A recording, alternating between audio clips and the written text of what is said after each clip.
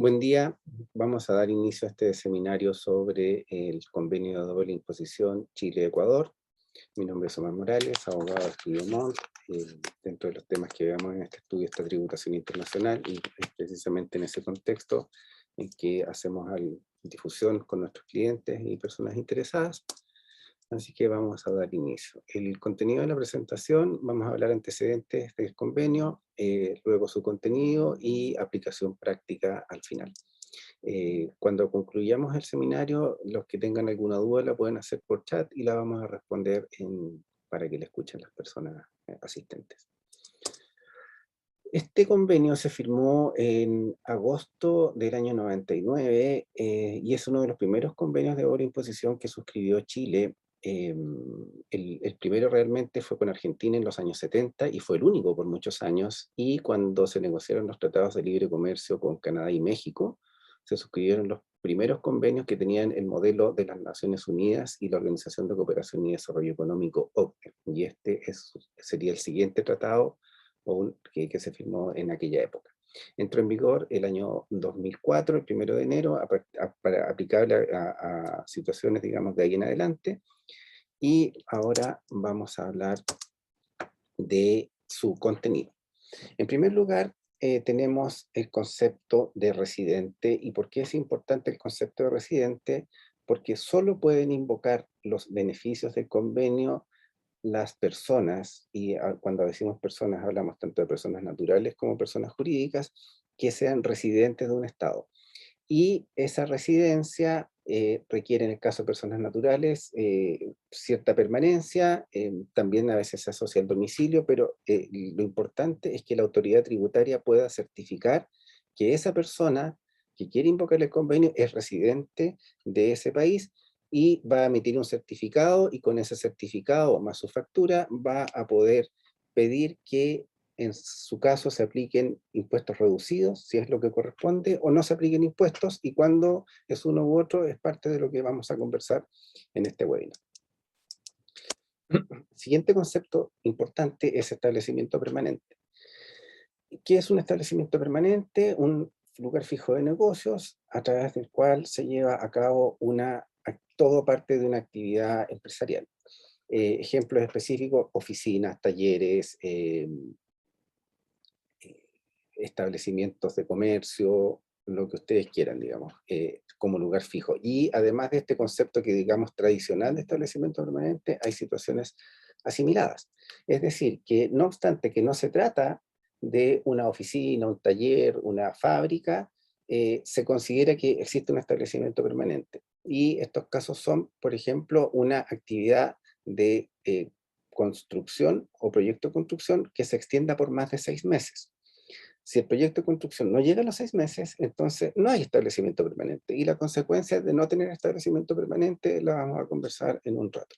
La otra opción, que es muy frecuente, es prestar servicios presencialmente en el otro país. Por ejemplo, una empresa chilena que va a Ecuador manda a su personal a prestar servicios, y estas personas están en conjunto, la suma, 183, exceden de 183 días en un plazo de 12 meses.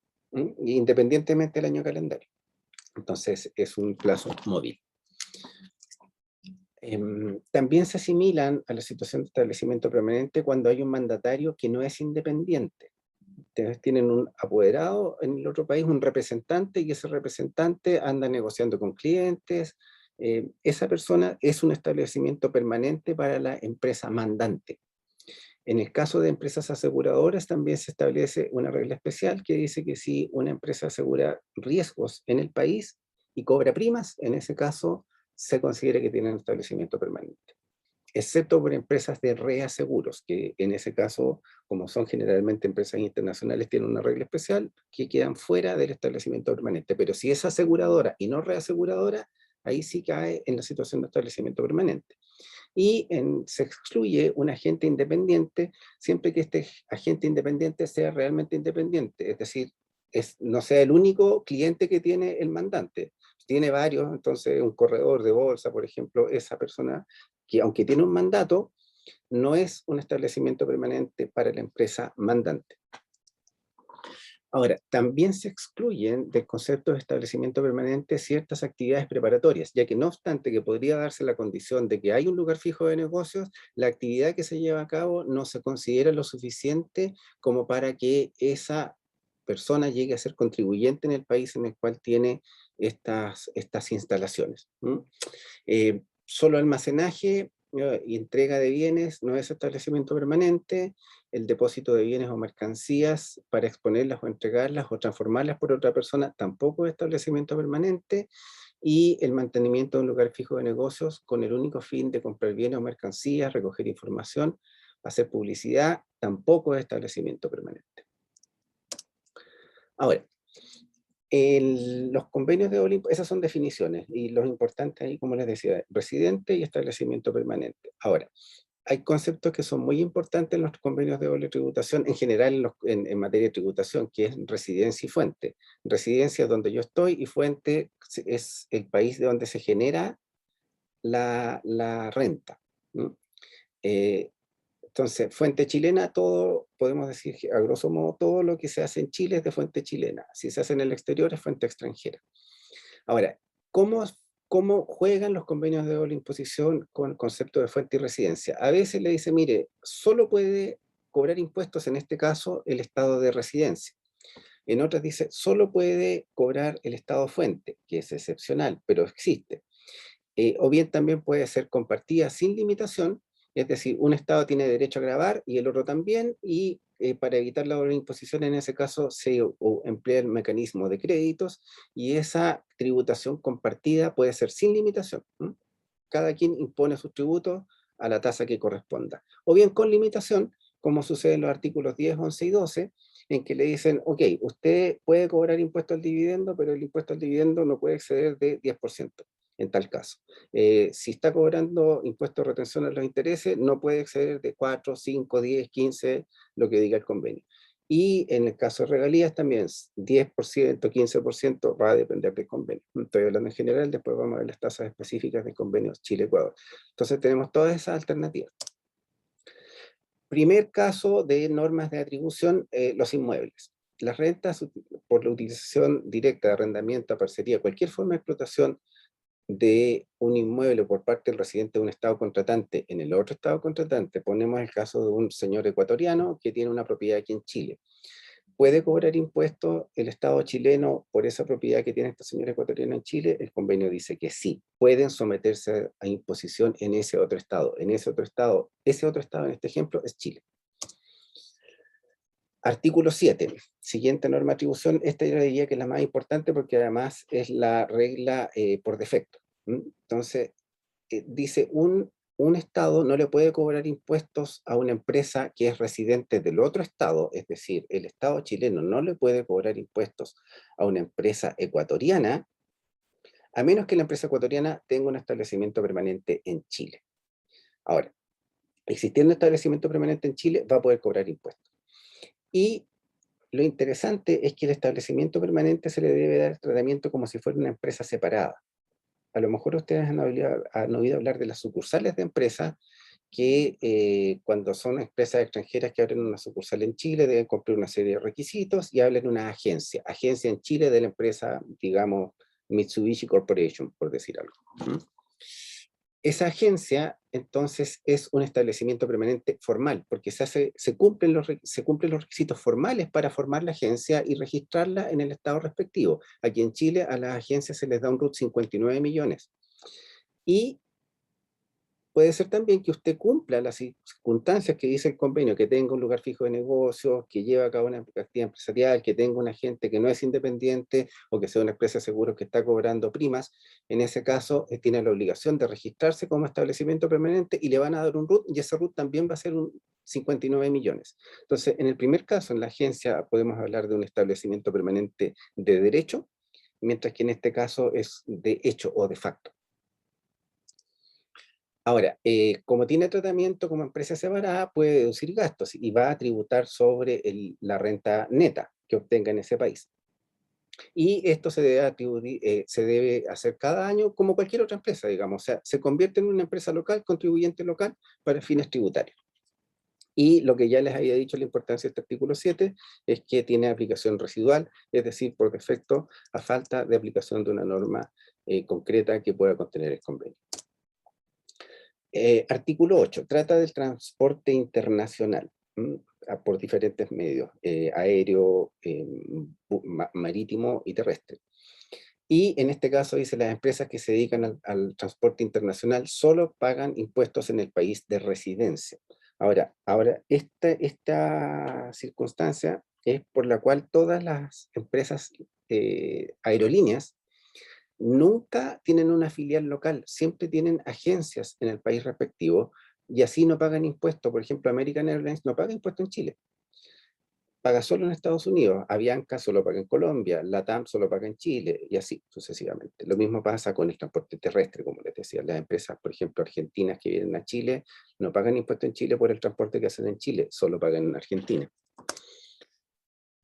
El artículo 9 no lo vamos a mencionar porque eso es todo un tema que es donde se regula precios de transferencia. Artículo 10 se refiere a la tributación de dividendos. Este tiene una particularidad que solo se aplica para las empresas ecuatorianas, porque la tasa que contempla el artículo 10 no se aplica a las empresas residentes en Chile, porque hay una regla especial en el convenio, que está en todos los convenios, a la que se le conoce en la práctica como cláusula chilena, que dice que las tasas reducidas del artículo 10 no se aplican a las empresas chilenas siempre y cuando en Chile se permita deducir como crédito el impuesto de primera categoría del impuesto adicional de dividendo, que es 35%. Y esta es la razón por la cual, cuando se han modificado las leyes chilenas en materia de tributación, se le ha permitido a los países, a los residentes de países con convenio de doble tributación usar el 100% de crédito por impuestos de primera categoría, y así su carga tributaria total es 35%. Y eso hace que un extranjero residente en un país con convenio tiene un tratamiento tributario más favorable que un residente en Chile, lo que es una anomalía, pero es así. Ahora, estas tasas que aplican en Ecuador, si desde la empresa ecuatoriana se está pagando un dividendo a Chile, es una retención del 5% al dividendo, siempre que la empresa que recibe el pago o la persona que recibe el pago tenga una participación del 25% o más en la empresa pagadora. Y si tiene menos, un 15%. Esto lo acabo de explicar, es la excepción de la regla chilena o la cláusula chilena. Intereses. Aquí también hay tributación compartida, va a gravar con impuesto de retención el país desde donde se están pagando intereses, y las tasas máximas aplicables son 4%, y esto por aplicación de la cláusula de nación más favorecida con el convenio de Japón, siempre que el que recibe el pago sea un banco, una compañía de seguro o se trate de ventas a crédito. En ese caso la retención es 4%. 5% si son bonos bursátiles y 15% en los demás casos. Es decir, un préstamo que hacen dos empresas relacionadas entre sí o no relacionadas va a tener una tributación máxima del 15%. En Chile esa tasa es 35% por regla general. Artículo 12, regalías, también contempla tributación compartida. Actualmente la tasa máxima que se puede cobrar por regalías como retención en Chile o en Ecuador es 10%. Ahora, ¿qué significa regalías? Son pagos por el uso, derecho al uso de derechos de autor, patentes, marcas en general, propiedad intelectual, incluida por supuesto la propiedad industrial cuando hablamos de propiedad intelectual en términos genéricos. Y también se asimilan a situaciones en las que generan regalías el arrendamiento de equipos industriales, comerciales o científicos, y por informaciones relativas a experiencias industriales, comerciales o científicas. También cuando se está entregando ese producto, digamos, o ese servicio, se aplica el artículo 12 y no el artículo 7. A veces, en los convenios, que no es el caso con Ecuador, se incluyen en el artículo 12 servicios técnicos, por ejemplo, como sucede en el caso de Argentina. Entonces, asistencia técnica tiene tratamiento en el artículo 12, cuando normalmente debería tenerla bajo el artículo 7, que ya lo conversamos. O sea, ¿hay establecimiento permanente? Sí, no, no hay, no, pues se paga impuesto. ¿Hay establecimiento? Paga impuesto. Pero lo ponen en el artículo 12, entonces siempre en un servicio técnico, asistencia técnica, en esos convenios, que no es el caso de Ecuador, van a tener una retención de acuerdo al artículo 12. Aquí tenemos algunos ejemplos de las tasas máximas por convenio actualmente vigentes. Brasil, dividendos 10-15, intereses 15, royalties 15. Colombia, dividendos 0,7, intereses 5,15, royalties 10. Como ustedes pueden ver, actualmente el convenio con Ecuador es de los más beneficiosos comparado con otros, y eso gracias a la aplicación de la cláusula de nación más favorecida. Otra norma de atribución, las ganancias de capital. Aquí hay una serie de reglas especiales. Si se trata de bienes inmuebles, en el fondo es aplicar el artículo 6, entonces rige el artículo 6, puede someterse a imposición en el estado fuente, donde está el inmueble. Bienes muebles, si son activos en establecimiento permanente, pueden someterse a imposición en el estado fuente. Buques, aeronaves explotadas en el tráfico internacional, eso solo en el estado de residencia, porque la regla del artículo 8 se hace extensiva también a la ganancia de capital, y por defecto cualquier otra situación, estado de residencia. Artículo 14. Esta es la que aplica a servicios profesionales independientes prestados por personas naturales. Este artículo 14 tiene una historia interesante porque aparentemente cuando se redactó el modelo de convenio, se dejó esta regla para personas naturales y el artículo 7 para empresas, personas jurídicas. Y resulta que en el artículo 14, en lugar de hablar de establecimiento permanente, a alguien se le ocurrió hablar de base fija. Entonces, se escribieron ríos y toneladas de tinta para discutiendo si es que establecimiento permanente era diferente o no a base fija. Y por supuesto, unos decían que sí, otros decían que no, otros que más o menos, y lo que se le puedan imaginar, digamos, para gastar tiempo en discusiones que pueden ser inútiles o a veces muy útiles. Y era tanta la efervescencia que provocaba esto que en algún momento el comité encargado de la redacción del modelo de convenio dijo: ¿sabe qué más? No queremos más problemas, el artículo 14 lo vamos a eliminar. ¿Y qué va a pasar con los profesionales? Artículo 7. Entonces, por ejemplo, el convenio de Chile con España no tiene artículo 14, pero hay muchos convenios que sí lo tienen. Por ejemplo, el convenio de Uruguay, que es reciente, sí lo tiene. Entonces, esa recomendación de la OCDE de eliminar el artículo 14 no siempre se ha aplicado, y además que a veces se le da un tratamiento diferente. Por ejemplo, dice: ¿sabe qué? Vamos a poner una regla que al menos va a pagar un 10%. Y si tiene base fija, en ese caso va a tener tributación ilimitada. Regla general, entonces, servicios personales independientes en el convenio con Ecuador, no hay impuesto, y hay impuesto cuando el contribuyente tiene una base fija en el otro país, que ya dijimos que es lo mismo que establecimiento permanente. Y también se asimilan los 183 días en 12 meses. Trabajo dependiente, estos son los trabajadores. ¿Qué pasa aquí? Bueno, hay tributación compartida en ciertos casos. Cuando aplica las remuneraciones obtenidas por un residente de un estado contratante en razón de empleo ejercido en el otro contratante, se va a poder someter a imposición en el estado donde se está prestando el servicio por este trabajador, si se mantiene por más de 183 días en un plazo de 12 meses.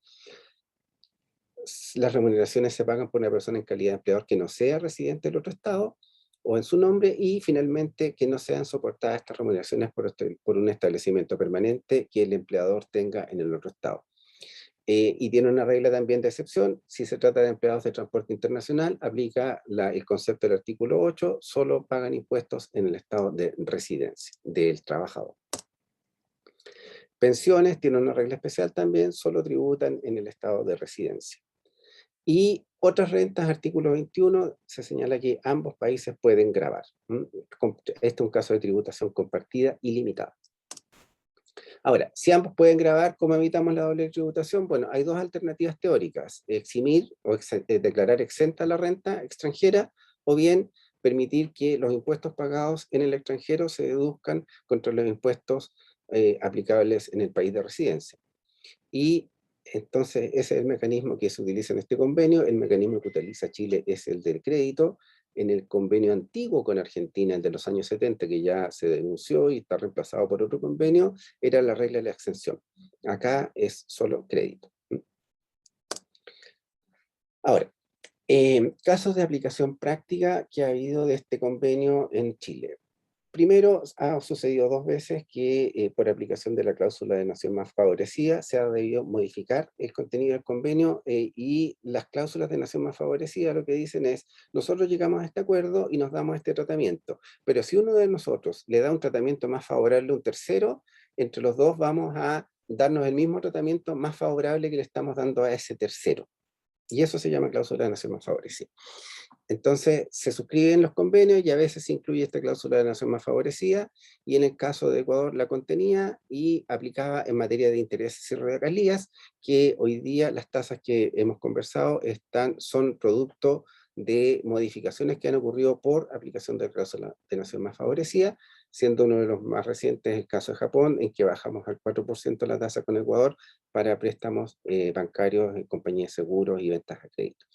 Ahora, y casos que se han planteado ante la autoridad tributaria. Tenemos al menos dos, que datan del año 16 y 17. El primero, el caso del año 2016. Esta es una empresa chilena que obtiene una licencia de una empresa estadounidense y la sublicencia a una empresa ecuatoriana. Estamos hablando del oficio 1836 del año 2016. Entonces, el contribuyente hace la consulta al servicio y le dice, en la venta, el que la venta sea por un servicio que se recibirá y utilizará en Ecuador, por un servicio que se origina en Estados Unidos, libera a la empresa chilena, en este caso, de efectuar la retención del 15%, pudiendo remesar el 100% al proveedor de Estados Unidos. Y luego le dice, ¿y qué pasa con la tasa en Ecuador? ¿Cuál es la tasa aplicable?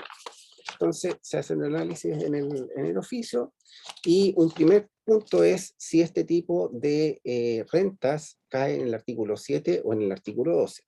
La conclusión es que, porque se trata de comprar programas computacionales, aplica el artículo 12 y por lo tanto se aplica la tasa máxima que contempla el artículo 12 en el convenio de Chile-Ecuador, que hoy día es 10%. Y usted le dice, si usted paga a Estados Unidos, bueno, tiene que aplicar la tasa de retención chilena porque está pagando a Estados Unidos, así que tiene que pagar el impuesto igual. Entonces, la conclusión es, se paga impuesto en Ecuador, de un acuerdo al artículo 12, y el pago que sale desde Chile a Estados Unidos tiene una retención del 15%, porque es un pago que se origina en Chile para un no residente, y por lo tanto, esta idea del contribuyente de que iba a poder evitar uno de esos pagos no le funcionó. Y algo interesante que tiene el oficio es que, ¿qué pasa si la retención que se hubiese hecho en Ecuador, o sea, si la retención que se hizo en Ecuador es mayor que la que correspondía? Si la retención debía ser un 10 y se lo retiene un 15, el oficio dice, mire, usted pagó de más, yo no le voy a permitir que use aquí en Chile como crédito el impuesto pagado en exceso, porque solo podía cobrarle un 10, y lo que pagó de más pida reembolso. Y así concluye ese caso. Y el otro interesante es el oficio 1844 del año 2017, que es un oficio interesante porque es un oficio que no va a un contribuyente en particular, sino que va a Ecuador. Resulta que en Ecuador se aprobó una ley que limitaba el uso de los convenios de doble imposición, y se le comunica a Chile, ¿sabe? Le dice, mire, nosotros vamos a permitir la aplicación automática del convenio en ciertos casos, y por regla general se tiene que pagar el impuesto y el contribuyente venga a pedir el reembolso y nosotros le hacemos el reembolso sin ningún problema, y esto está súper bien porque resulta que los comentarios de la OCDE, Organización de Cooperación y Desarrollo Económico, dicen que se puede usar uno u otro mecanismo, es decir, permitir el no pago del impuesto de manera automática, o bien pagar el impuesto y pedir luego la devolución. Entonces, el director de Servicios de Impuestos Internos que firma este oficio dice, mire, interesante lo que nos dicen ustedes, pero resulta que usted está creando una asimetría. Nosotros aquí en Chile le permitimos a los contribuyentes ecuatorianos no pagar el impuesto si el convenio permite no pagar impuestos. Y usted está haciendo que mis contribuyentes paguen el impuesto y después van a tener que ir a pedir devolución, y eso no me parece que esté bien.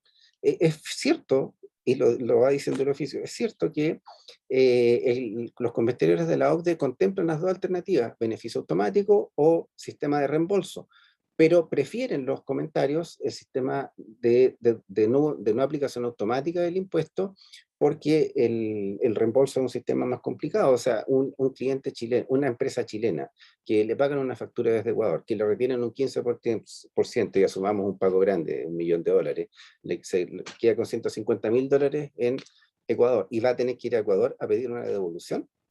¿Cuánto le va a costar eso? ¿Cuánto tiempo se va a gastar? Entonces, eso es lo que dice la autoridad en este caso, le dice, mire, ok, pero sabe que no está bien eso, y como los ecuatorianos tienen el beneficio automático y los chilenos, de acuerdo a su ley, no lo están obteniendo, vamos a tener que entrar en un procedimiento de acuerdo mutuo para resolver esta situación. Además que tengan en cuenta que nosotros estamos funcionando con intercambio automático de información. Usted está recibiendo información de los contribuyentes ecuatorianos desde Chile y nosotros estamos recibiendo información desde Ecuador respecto a los contribuyentes chilenos. Eso sería lo que yo les puedo contar. Si tienen alguna consulta.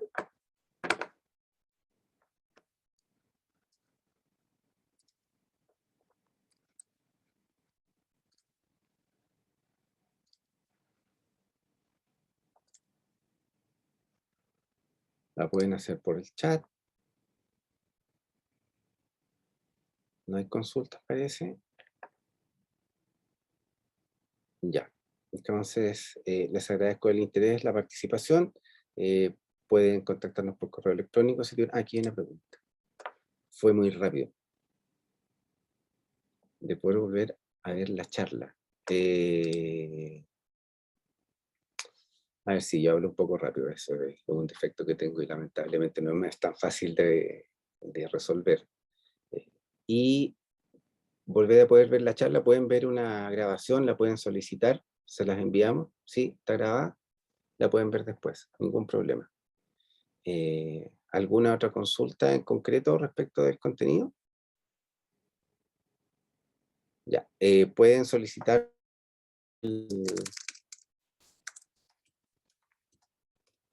los correos en donde pueden solicitar la grabación.